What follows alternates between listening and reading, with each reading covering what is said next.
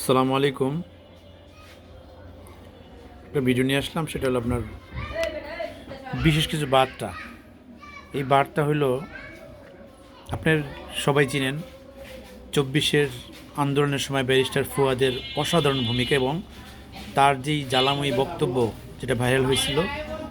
এই বক্তব্যের কারণে হাজার হাজার মানুষ অনুপ্রাণিত হয়েও রাস্তায় নামছিল। এই ব্যারিস্টার ফুয়াদ এবং অসাধারণ মেধাবী, যুক্তি তর্কে তার সাথে কেউ মানে যখনই কোনো টকশোতে আসে যুক্তি তর্কের মাধ্যমে মানুষকে সঠিক তথ্য দেওয়ার চেষ্টা করেন এই ব্যারিস্টার ফুহাদ বরিশালে একটা অনুষ্ঠান করছিল, পথ সমাবেশ। ওখানে ব্রিজ থেকে টোল নিচ্ছে বিএমপি ছাত্রদলেরা।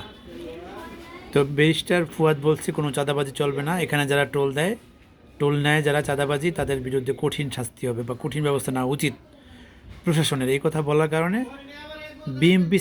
বিএমপি ছাত্রদল মিলে, সন্ত্রাসীরা মিলে ব্যারিস্টার ফুয়াদের উপর আত্মকৃত হামলা করে এবং তাকে হেনস্থ করার চেষ্টা করে। তারপর তার যারা সমর্থক ছিল তারা তাকে সেফ জোনে নিয়ে যায়।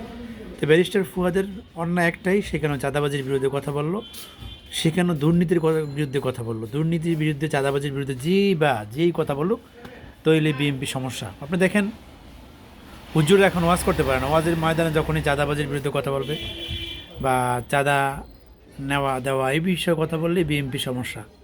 দখলদার, চাঁদাবাজি, ভোট চোর, এই বিষয়ে কথা বললেই বিএমপি কী করবে, ওদের মাহফিল বন্ধ করে দেয়, হুজুরদেরকে স্টেজ থেকে নামাই দেয়। শত শত প্রমাণ। বিগত সরকার যখন ক্ষমতায় ছিল তাদের আমলে এরকম কিছু রেকর্ড ছিল, তার চেয়ে বেশি এখন বর্তমানে। কোনো হুজুর ওয়াজে গেলেই, বিএমপির বিরুদ্ধে কোনো কথা গেলেই সেই মাহফিল পণ্ড করে যেতেছে বিএমপি। তো এখন ইসলামপন্থী যারা আছেন, এখন আপনারা চিন্তা করেন কাকে ভোট দেবেন, কাকে ক্ষমতা আনতেছেন আপনারা। হিসাব করেই দেখেন যে ব্যারিস্টার ফুয়াদের মতন লোকের উপর এখনই হামলা করছে, ক্ষমতা আসার আগেই। আসলে কি করবে চিন্তা করেন। আল্লাহ হাফেজ।